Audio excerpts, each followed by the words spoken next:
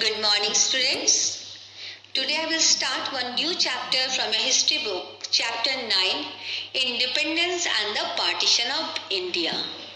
But before that, let me explain you one point of the previous chapter, that was the objectives of the INA. Okay.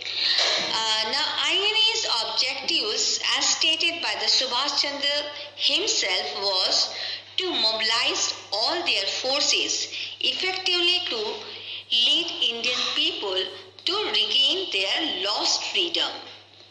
To prepare the Indian people inside and outside India for an armed struggle, Subhash Chandra says, since the enemy fights with the sword, we too should fight with the sword. Only then can we see that win the race and get the reward of the freedom. To organize a provincial government of free India from the very outset, Subhas gave a great importance to recruit women for the INA. He was indeed fortunate to recruit in his ranks a 30-year-old young Tamil doctor, Lakshmi Swaminathan, later known as the Lakshmi Sagal. So these were the main objectives were there, which was stated by Subhash Chandra himself. Okay. Now let me explain you about the Mountbatten plan. Okay. Now Lord Mountbatten assumed office as the Viceroy on 24th March 1947. The situation in India was very tense at that time. After many consultations with Nehru, Patel, Azad, Jinnah, Liaquat Ali, Baldev Singh and other, Mountbatten came to the conclusion that the sooner power was transferred, the better for all. He was convinced that India was to be partitioned. Transfer of power to Indians could only be on the basis of partition of the country. On 3rd June, he announced his plan. The main points of the June 3 plan were, first is the partition. The country would be divided into the two dominions, either India and Pakistan. Relations between the two new dominions, it was for the two dominions to decide what relations they would have with the British Commonwealth and with each other. Third, that is a boundary commission. The plan provided for the creation of a boundary commission to settle the boundaries of the two dominions in case partition was decided upon. Fourth was the princely states. As regards the princely states, the treaties with them would come to an end. They would be free to associate themselves with either of the dominions or to remain independent. Fifth was Bengal and Punjab.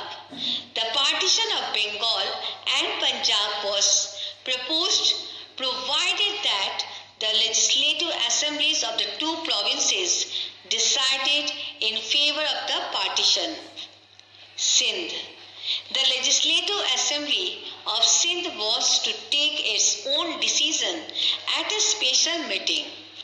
Seventh, the Northwest Frontier Province. A plebiscite was to be held in the Northwest Frontier Province to ascertain whether the people wanted to join India or Pakistan. Next is the district of Sylhet. The Muslim majority district of Sylhet was to decide by referendum whether it would join East Bengal or remain in Assam. Now, Constituent Assembly. The existing Constituent Assembly would continue to work but the constitution framed by it would not apply to Pakistan. A separate constituent assembly would be constituted for those parts of India which decided in favor of the partition. Last is the transfer of the power. The plan ended with a declaration that the transfer of the power would take place not in June 1948 but much earlier than that. The British Parliament would pass an act for the transfer of power before August 18, 1947. Now, next, let me explain you about the Congress acceptance of the Mountbatten Plan. Both Congress and the Muslim League accepted the Mountbatten Plan because it had no other alternative. The large-scale communal riots that engulfed the whole country convinced the Congress Party that the only solution to the communal problem lay in the partition of India. Experience of working with the Muslim League had convinced the Congress that it could not have a joint administration with the League. The Congress felt that a smaller India with a strong central authority would be better than a bigger state with a weak center. The Congress believed that any further continuation of the British rule would mean a greater calamity for India. The British were instigating the rulers of the Indian states to remain independent. Hence, partition was the price for immediate independence. The Congress leaders felt that further delay in the transfer of the power would find India in the midst of a civil war. The Muslim League accepted the Mountbatten Plan because it accepted its demand for a separate state for the Muslims to be called as a Pakistan. So, this was the acceptance of the Mountbatten Plan by Congress and both the Muslim League. Okay. Now next is the Indian Independence Act.